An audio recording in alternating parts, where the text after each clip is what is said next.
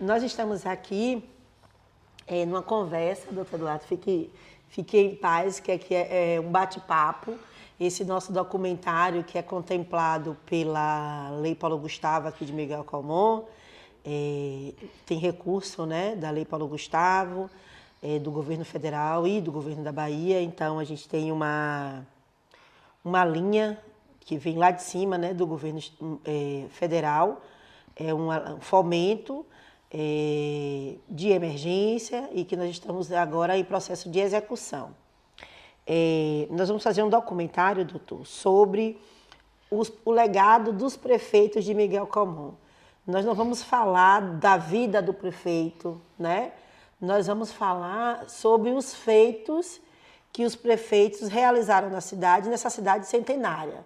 Quais foram as contribuições que vocês, enquanto prefeito, deixaram para a cidade? Nas minhas pesquisas, eu acabei descobrindo que o senhor se candidatou a prefeito em dois momentos. Um em 98, que logrou êxito, e um outro em 2004, que acabou não sendo eleito, e em 2005 assumiu Humberto, não é isso? Então, nós lhe mandamos umas perguntas e vamos fazer elas aqui para que o senhor responda de forma muito tranquila. Nós também vamos disponibilizar essas perguntas no nosso canal do YouTube, para que as pessoas tenham acesso a ela na íntegra. E nós vamos fazer o corte para colocar no documentário. Algumas falas, não necessariamente vamos colocar todas as respostas, certo? Porque depende muito do tempo. Como nós temos 5 prefeitos que vão dar entrevista, nós temos toda a parte de introdução, então provavelmente a gente consiga fazer uns cortes, um ou outro, mas a entrevista na íntegra vai ficar disponível no YouTube, ok, doutor? Bom dia, seja bem-vindo ao nosso documentário. Bom dia, Silvana. A primeira pergunta que nós temos é como você descreveria a sua trajetória política e os principais momentos do seu mandato como prefeito de Miguel Calmon, especialmente em relação ao desenvolvimento da cidade ao longo dos anos. Bom, a minha trajetória política iniciou-se em 1988, na campanha para prefeito de Miguel Calmon. E devido à minha profissão como médico, tive acesso à população e construí laços de amizade e de respeito que cultivo até hoje.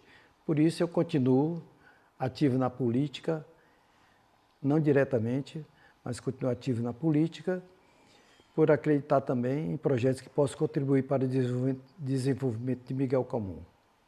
Mesmo em um período de grandes dificuldades, nós realizamos a abertura do posto de benefício do INSS, facilitando a aposentadoria de centenas de calmonenses que tinham que se deslocar para fora para fazer isso e melhorando a economia local. Nesse período também realizamos o parcelamento do INSS da Prefeitura, que não era feito desde 1951, que foi muito oneroso para a Prefeitura, mas muito necessário fazê-lo, e o pagamento do INSS para garantir a aposentadoria dos funcionários e ex-funcionários municipais, aquecendo dessa forma o comércio e tranquilizando as famílias. Doutor Eduardo, que feitos maravilhosos, né? Porque eu consigo compreender que com esse movimento o senhor, mais uma vez, usou da sua paixão pela medicina e por pessoas para trabalhar o seu mandato na prefeitura, né? Para nortear o seu mandato. Então, aí nós já partimos para a segunda pergunta. Quais foram os maiores desafios que você enfrentou durante seu tempo no cargo e como esses desafios influenciaram a política e o desenvolvimento de Miguel Calmon? Eu fui prefeito de Miguel Calmon há 32 anos. De 1989 a 1992, um período de poucos recursos, pois só contávamos com ICMS, que numa cidade pequena como Miguel Calmon. É muito pouco. Muito pouco. E com o FPM, que era para resolver pagar tudo e manter a prefeitura funcionando. Eram os recursos que vinham do governo federal, né? Federal, que ainda vem. Uhum. E com o governo de oposição e com uma inflação mensal altíssima, chegando às vezes a 45% ao mês. Era um desafio e tanto. Sem contar que os recursos municipais não eram corrigidos pelos índices inflacionários vigentes, dificultando as ações da administração municipal. Daí nossa gestão foi voltada mais para amenizar o sofrimento do povo. Aí vem muito na sua linha de trabalho, né? Que é trabalhar com a facilitação da vida naquilo que é possível. Enquanto médico, o senhor ameniza a dor, né? Então, mais ou menos, a gente consegue entender que foi esse o seu trabalho. Diante da doença que o senhor tinha no município, fazendo um paralelo, o senhor conseguiu dar o remédio que era possível, o que tinha na farmácia, não é isso? Então, pode compartilhar uma realização ou projeto específico do seu mandato que considera fundamental para o progresso da cidade e como isso se relaciona com a celebração do centenário? Dentre as realizações da nossa gestão, merece destaque o trabalho realizado na educação municipal através da construção e funcionamento de colégios e escolas, visando o desenvolvimento das habilidades dos educandos para a vida, para o trabalho e para a sua formação pessoal. Muito Mais ou bem. menos isso aí. Certo. Então, como o senhor avalia o papel dos prefeitos na preservação da história de Miguel Comum e de que forma isso pode impactar nas futuras gerações, especialmente em um momento tão significativo como este? Existe uma lacuna em relação à preservação da história de Miguel Comum, que está sendo resgatada neste centenário através de projetos do governo municipal atual, que são de extrema importância para a geração presente e futura do município, pois precisamos, como afirmou o pai da história Heródoto, pensar o passado para compreender o presente e idealizar o futuro.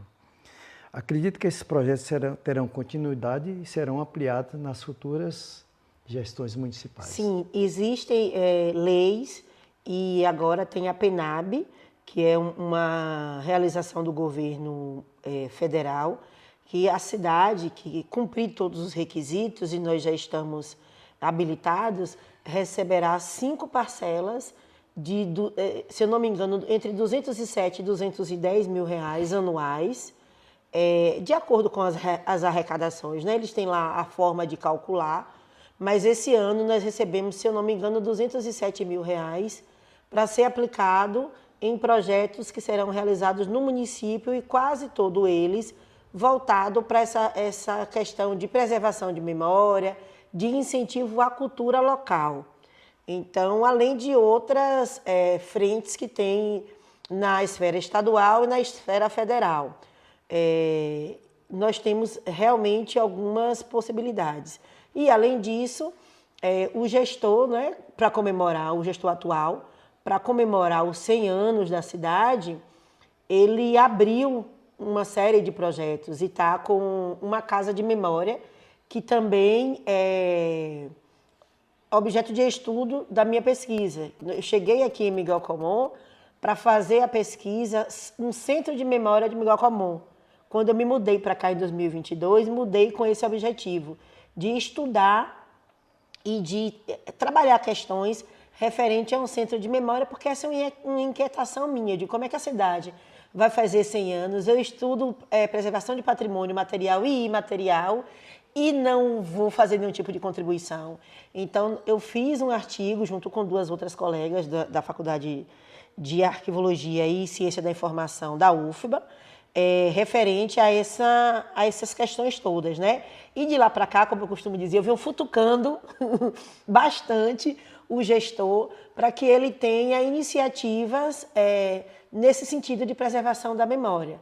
Então, nós fizemos um estudo bem amplo e tem várias outras pessoas trabalhando de forma independente na preservação do patrimônio material e imaterial de Miguel Comum. Então, eu lhe agradeço por essa significativa resposta.